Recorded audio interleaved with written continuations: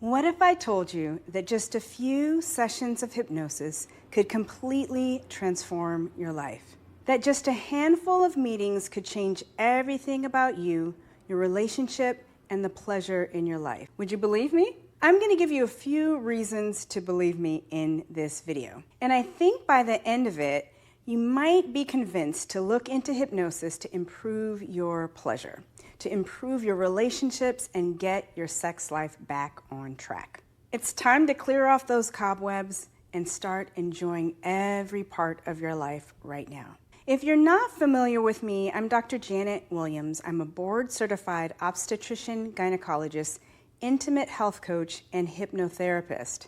With over 25 years of experience working with women, I help women over 40 to navigate perimenopause and menopause and get their pleasure, their intimate lives, and their relationships back on track. I'm going to spend a little time in this video to explain hypnosis, what hypnosis is, why it's very safe to use, how it works in different areas of our mind to influence change, and how it can help you to live the life that you want.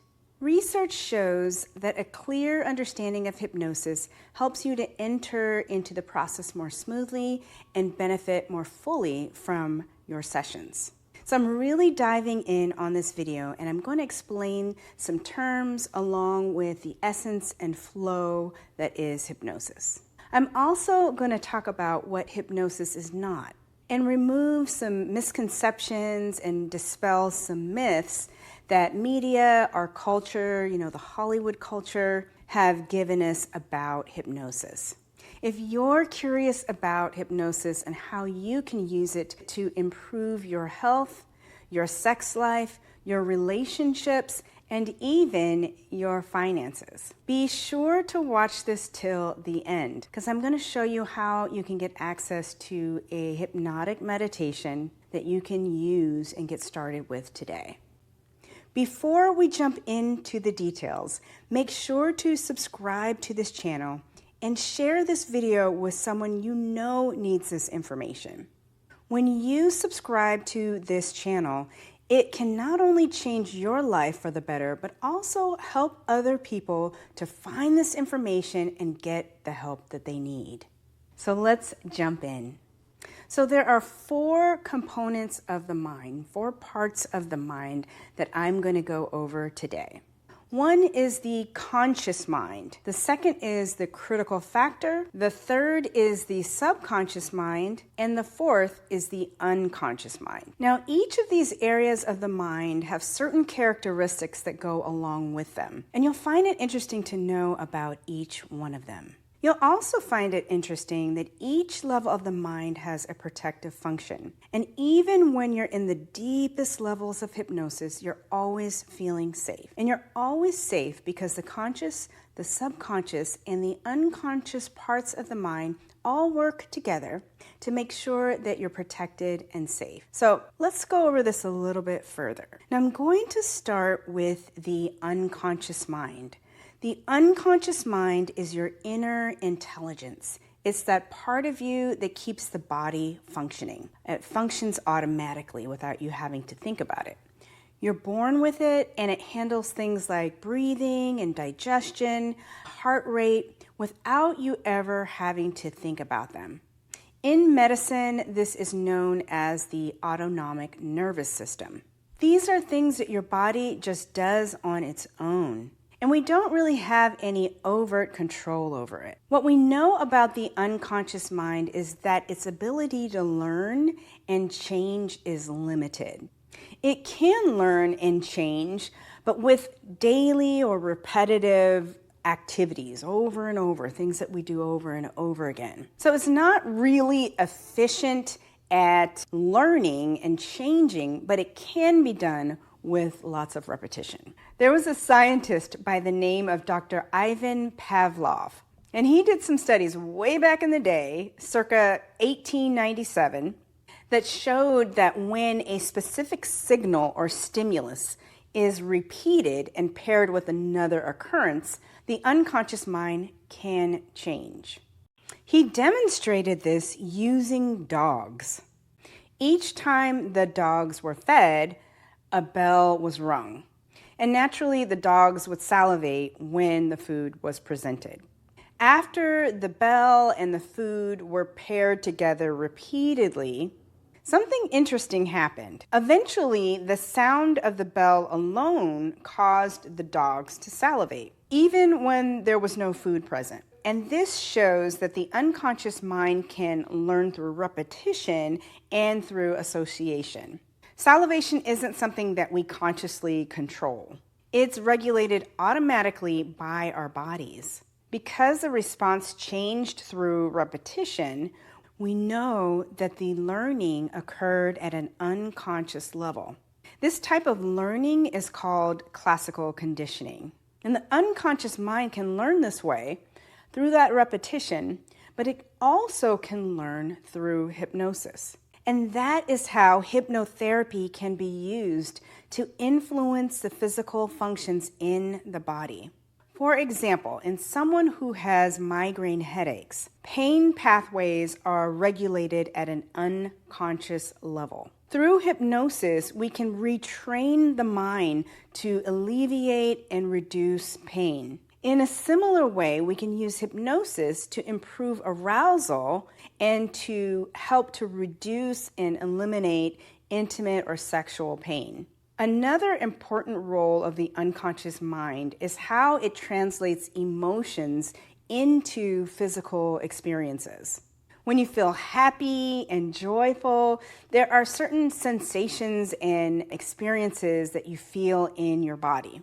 And these sensations come along with chemical changes in the body. There are hormones, body chemicals like neurotransmitters that support that feeling. When you feel sad or angry, you might notice that emotions are felt in a certain part of your body. You might get a little pit feeling in the gut, in your stomach. And along with that is a corresponding hormone, a corresponding body chemical or neurotransmitter that goes along with those emotional responses. And it's the unconscious mind that is creating these physical reactions. And that ultimately shapes the way that you feel. One of the most important things to understand is that your unconscious mind is always going to be in a protective mode. No matter what you're thinking, no matter what you're doing, it's constantly working to keep you safe. For example, if a ball were suddenly flying towards my face, I would automatically raise my hand to protect myself. That reaction happens instantly without me consciously thinking about it. And that is the unconscious mind stepping in to protect you. Next up is the subconscious mind. Now, this is my favorite part of the mind because it's really who we are. It's all of the habits, the behaviors, and our beliefs that really make the exceptional part of who we are. The subconscious mind starts out empty. When psychologists talk about this, they call it the tabula rasa, or blank slate. And then as you move through your life, your experiences start to collect and connect, and they form patterns. And those patterns become your beliefs, your habits, and your mental database. And you rely on this database without even really realizing it. And once that database is built, you develop a consistent way of responding to people and to certain situations. And that's really how your personality takes shape.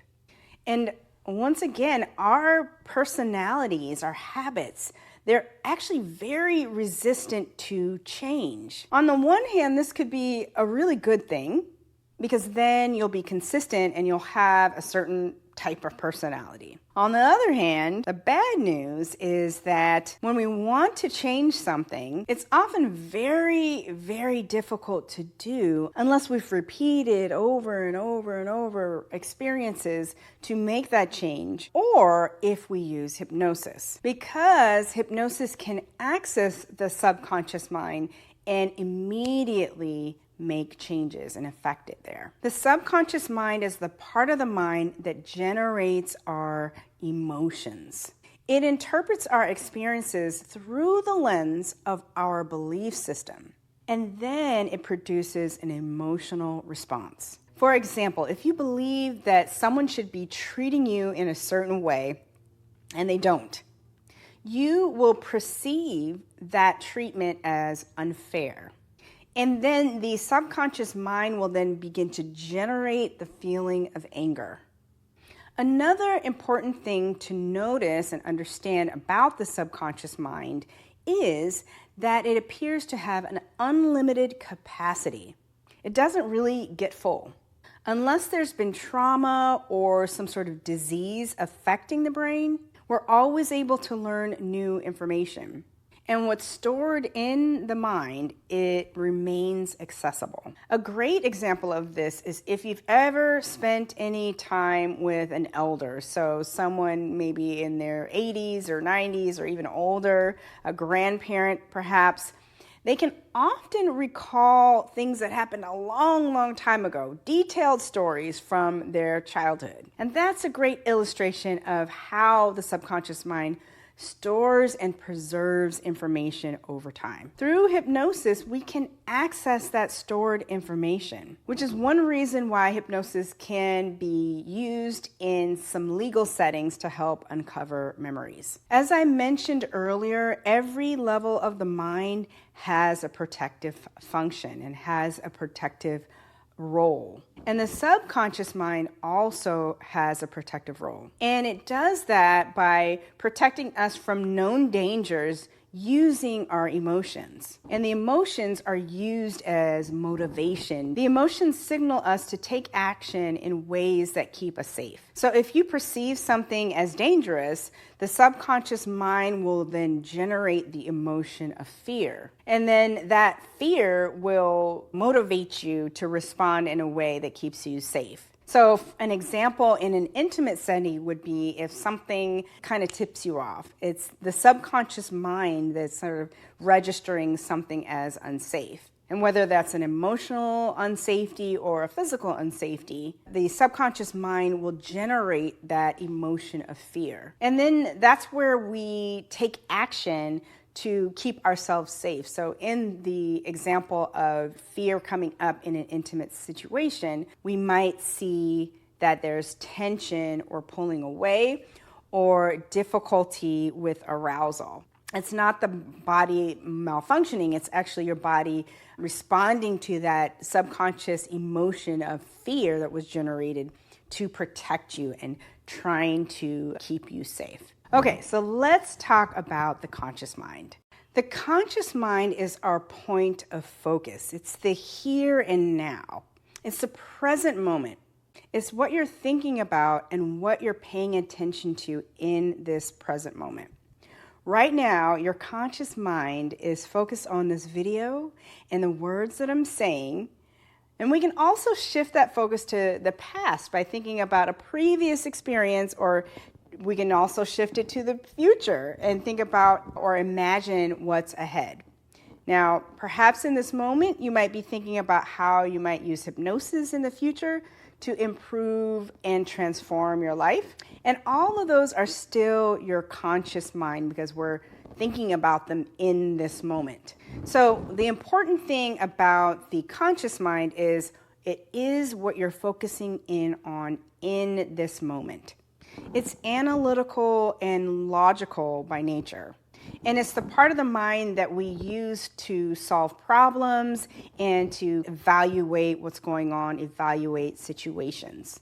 And we do draw on our past experiences to inform and tell us what to do and find the answers in the present moment. For example, when you're working through a math problem, you're using your conscious mind. Another interesting thing to know about the conscious mind is that it's limited. Unlike the subconscious mind, it is limited. There is only a certain amount of capacity that the conscious mind has. Research has shown that the conscious mind can only hold about 7 or 8 pieces of information at any given time. That's why when we try to make big, lasting changes using just willpower alone, it's often very difficult and we tend to be unsuccessful. Hypnosis allows us to work beyond the limitations of our conscious mind by accessing the database that's in the subconscious mind. And this is a much larger database because it's unlimited. Remember, all of those memories, all of those emotions, all of our beliefs are stored in the subconscious mind. So it's a larger database. And by accessing the subconscious mind through hypnosis, we can make change. This database is where our habits and beliefs live, especially those limiting beliefs. And it's those limiting beliefs that are holding you back in certain areas of your life. And we can change that with hypnosis. Like the other levels of the mind, the conscious mind also has a protective role. It's constantly scanning for perceived danger and using logic and reason to keep you safe. By analyzing situations and making rational judgments and thoughts, the conscious mind helps to keep you safe throughout the day. Now, the last part of the mind is what we call the critical factor. And the critical factor acts as a comparing mechanism. It sits between the conscious mind and the subconscious mind, sort of like a wall in between the subconscious mind and the conscious mind. And as information comes into your system, into your mind, any information from the world and your surroundings through your senses, that information or data is first recognized by the conscious mind, and then the critical factor evaluates it. And then the critical factor will determine whether or not this new data that's coming in from your senses, whether or not it will become a part of your beliefs and your habits. And because of this filtering process, most of the new information that comes in, most of the things that come through our senses never really make it to the subconscious mind. And that's why changing those limiting beliefs can be so difficult. Now, I mentioned earlier on about the tabula rasa. When we are younger, from age 0 to age 7, that tabula rasa, like everything's empty in the subconscious mind. And the critical factor is not as filtering at that time, doesn't filter as well. And so everything comes in, and by the age 7, our beliefs and habits are sort of set. And so once we're older, we can see that critical factor makes it a lot harder for that information to get through. And that's why those beliefs and habits and those limiting beliefs are so difficult to change. So when new information comes in, that critical factor compares it to what's already there, what's already stored in the subconscious mind, those beliefs and habits that are already there. That information comes in, the critical factor compares it to see, okay, is this new information? Is it different? Does it match what our belief systems are? If it matches, especially with those belief systems and those habits, it's allowed through and simply reinforces the beliefs and habits that are already there. So essentially, when that new information comes in, the critical factor says, does this match what I already believe? And if it does, that information is allowed through and reinforces beliefs and habits, making them stronger over time. If it doesn't match with what's already there in the subconscious mind, then it just becomes knowledge. It becomes information that we know. But it doesn't influence our behavior or our life because it doesn't support what's already there. In terms of protective function, the critical factor also plays a role in protecting and keeping us safe. And it does that by protecting us against unnecessary changes. I'm going to define a few terms that often hypnotherapists use. The first one is hypnosis. And hypnosis is a state of focused attention and deep relaxation. It's similar to a trance where the critical factor is bypassed and a person becomes receptive to acceptable, selective thinking, focused thinking. This allows us to change our thoughts, our limiting beliefs, our emotions, our behavior, and our physical biology by changing the emotional state of the nervous system. And with this process, we can make some really powerful changes immediately, right away, that improve our situation. The next term is called induction. In my hypnosis sessions, I do something called an induction. And this is just a way to relax the person being hypnotized and focus their attention. Another word that you may hear some hypnotherapists use is the word sleep. But hypnosis is not actually sleep. When hypnotherapists use the word sleep, it's often just sort of like a shorthand, a way to get someone to that relaxed state a lot faster. And hypnosis may be a little similar to sleep, but it's not the same. Your body is relaxed, your eyes are closed, but your mind is still very active, and your mind is awake and it's aware. If you were to fall asleep in hypnosis, you're actually missing the experience of hypnosis and it will not work. So even if the word sleep is used, it's mainly as a shorthand, and we still want you to stay awake, just deeply relaxed. One thing that I think is very important to realize is that hypnosis is a natural state.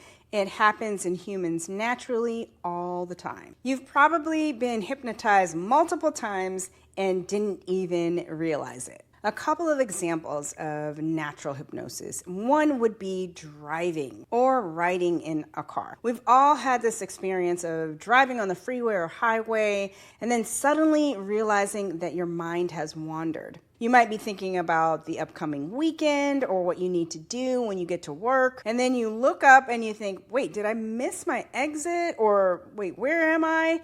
How did I get here so fast? That's actually a naturally occurring hypnotic state. Your attention is focused elsewhere while your unconscious mind is automatically handling the driving and turns and stops. All of the things included with your driving. Steering, braking, staying in your lane without any conscious effort of it. And this is a perfect example of natural hypnosis. Another natural form of hypnosis that people experience is analgesia or anesthesia.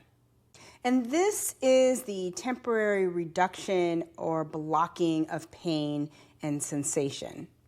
You may have experienced this yourself. So you go through your day or your job, doing whatever it is you're doing throughout the day. Then you get home and you notice that there is a bruise or a cut on your body somewhere and you don't recall having felt it, or you don't remember exactly when that happened at all. You didn't feel it at the time, even though it clearly occurred. And that happens because your attention was focused somewhere else. Your mind was in a state of focused attention, and that sensation simply did not register. And this is another common example of naturally occurring hypnosis. One of the deeper levels of hypnosis involves something called negative hallucination. To explain that a little bit further, there are two types of hallucinations.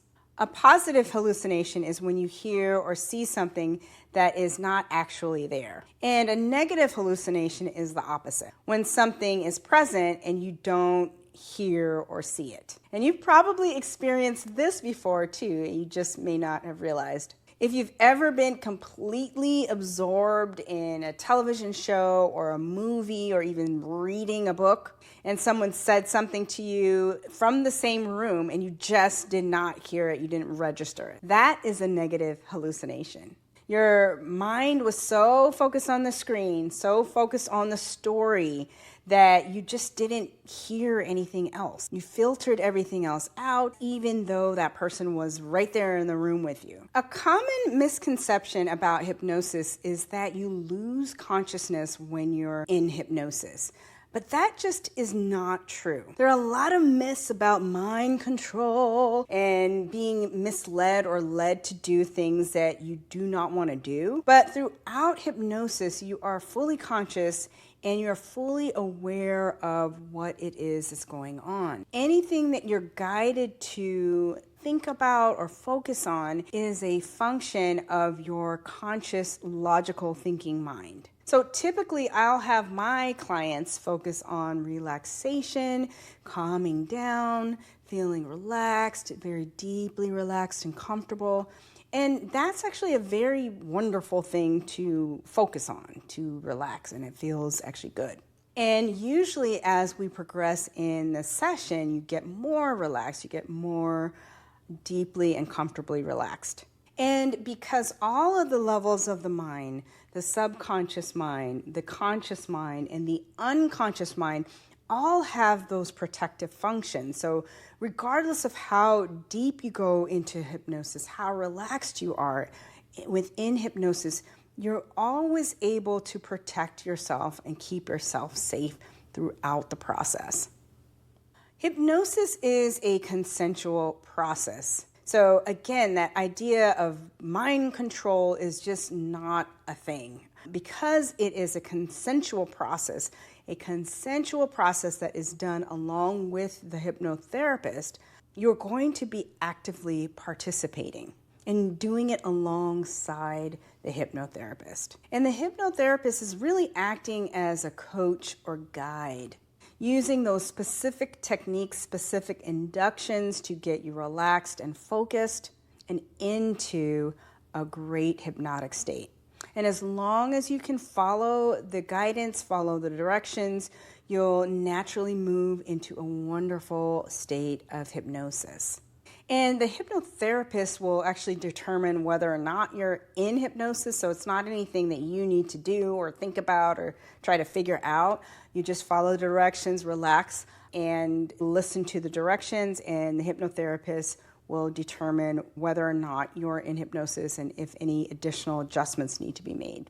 Most people with normal intelligence can be hypnotized. There was once a belief that only 20% of the population was hypnotizable, but we know now that when hypnosis is clearly explained, like we're doing right now, anyone with normal intelligence that's willing to follow the instructions of their hypnotherapist can experience a meaningful level of hypnosis and make the changes that they want to make. To wrap up, I want you to know that hypnosis is a powerful tool that we can use to make very meaningful changes in our lives.